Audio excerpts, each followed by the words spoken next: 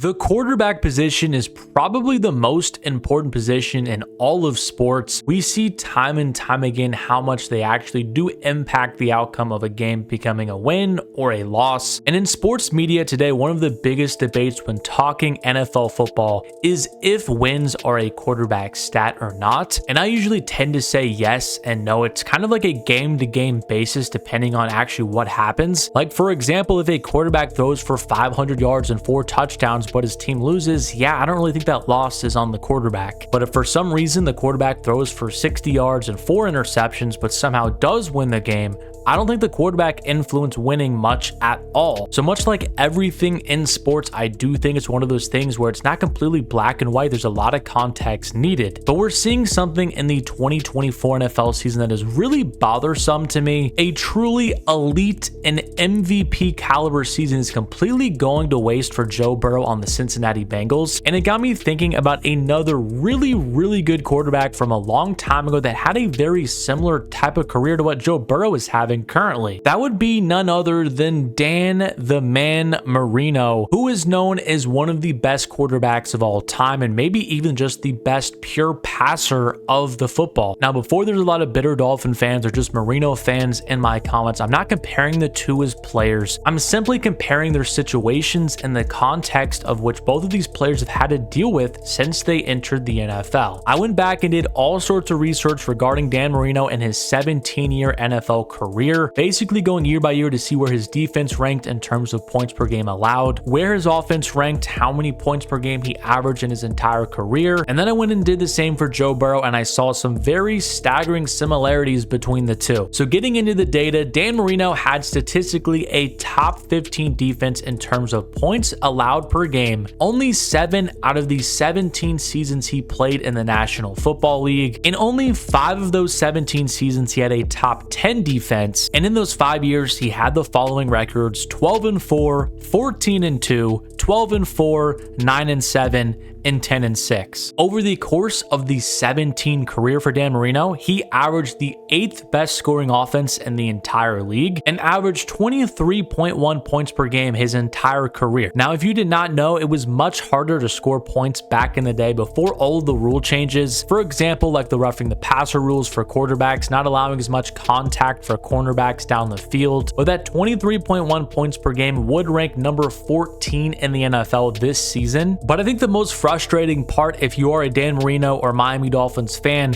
is the amount of seasons that were completely wasted because the Dolphins did not have a functionable defense. In 1986, the Miami Dolphins finished the season 8-8 with the number 1 scoring offense in the entire league. Dan Marino that season had a 60% completion percentage, 4,700 yards, and 44 passing touchdowns. The following season, the Dolphins had the number 7th ranked offense in the league. They once again did not make the playoffs, and Dan Marino had himself another fairly good season, only playing in 12 games, 3,200 yards, 26 touchdowns to 13 interceptions. You go to 1991, the Dolphins had the 6th ranked offense, went 8-8 again that year, and Marino still had a very solid year for that time period as well, 3,970 yards, 25 touchdowns to 13 interceptions. And so Marino ended his career with only 1 Super Bowl appearance as a second-year player, 2 AFC Championship appearances, 1 in year 3, and the other one in year number 10. He spent the last 7 years of his career not making it past the divisional round. And so when you hear old heads talk about how good Marino was, but how often he was let down, this is what they're talking about. I mean, when have you seen a quarterback put up this type of production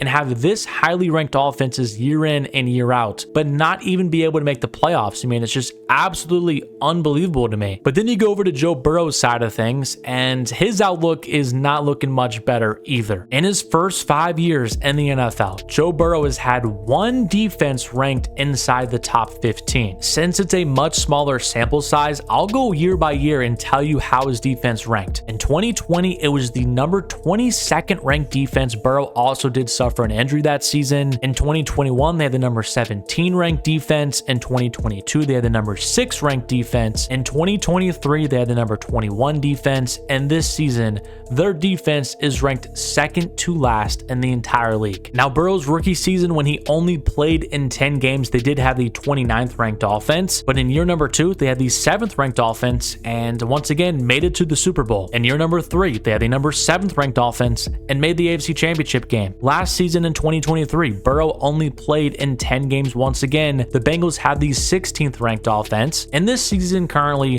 the Bengals have the number 5 ranked offense and are not even going to come close to making the postseason once again. And in Burrow's career in games that he starts, the Bengals are averaging 25.2 points per game. And to zoom in a little bit more on the Bengals season so far this year, I found an article that went into the NFL history that the Bengals are making this season for really all the wrong reasons. Cincinnati has scored 33 or more points 6 times this season, and they're 2-4 in those games. The Bengals have also scored 38 or more points 3 times this year. They're 1-2 in those games. Cincinnati is averaging 27.8 points per game in their 8 losses this season, which would be the most in NFL history for a team with at least 5 losses. And this season, NFL teams that have scored 30 or more points are 79-7. The Bengals have 4 of those 7 losses. I mean, those are just unbelievable numbers, and it just shows you how good Joe Burrow has been playing this season, but it just shows you how bad the Bengals defense has been this year and how bad even their coaching has been situationally. I mean, with 5 games left to go this season, Burrow already has 3,300 yards, 30 touchdowns to only 5 interceptions. He is on pace to throw for over 4,700 yards and 43 touchdowns. That would make Burrow one of 11 quarterbacks in NFL history to throw for more than 40 touchdowns in a season. That would be one of the greatest seasons for a quarterback that did not result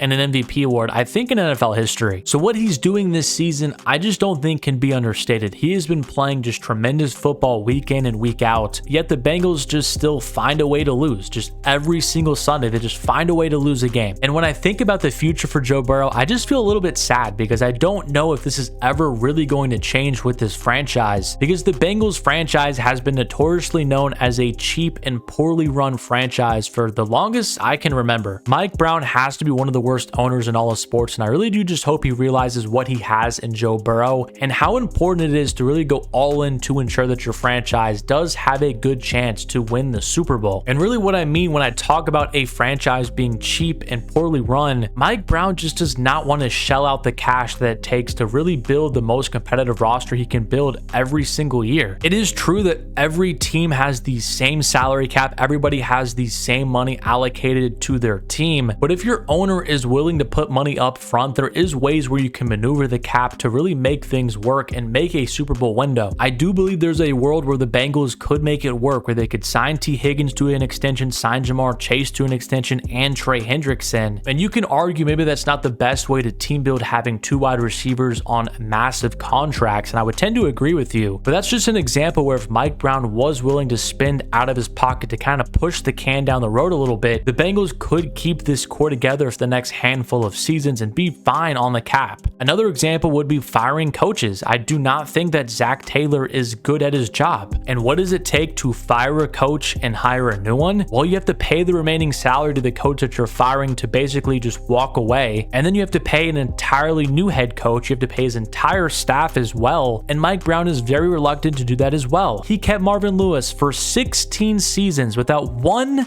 playoff win. 1. He brought in Zach Taylor in 2019, and his record as a head coach is 41-52-1. I think Taylor is probably a fine head coach, maybe like the 16-20 range. I don't think his game management is good. I think his play calling at times, especially in the red zone, can be questionable. And I think a large amount of his success as a play caller and offensive mind is due to Joe Burrow. But at this very present moment, I just don't see Mike Brown firing him after this season, paying him him to go away and then investing a lot more money into another proven good head coach. I think the likely scenario is that eventually Taylor is let go of his duties, whether that's at the end of this season, at the end of the next season, or in a couple of years. And then Brown just goes back to hiring yet another cheap coach, like a coordinator who's not really proven, instead of what Dean Spanos and the Chargers did this offseason, finally going away from the cheap coaches and paying a ton of money for Jim Harbaugh and his staff. And we've already seen just in his first season how big of an impact that Harbaugh has had. So ultimately, I think the rest of Joe Burrow's career really comes down to Mike Brown and the Bengals ownership group. If they're willing to pay out of pocket and put up their money to ensure that they have the best capable team and franchise, I think Burrow is too good of a player to not have some more playoff and Super Bowl success. But if Brown continues with his cheap ways, which he's done really his entire tenure with the Bengals, I think we're looking at another Dan Marino situation where we just see a Hall of Fame talent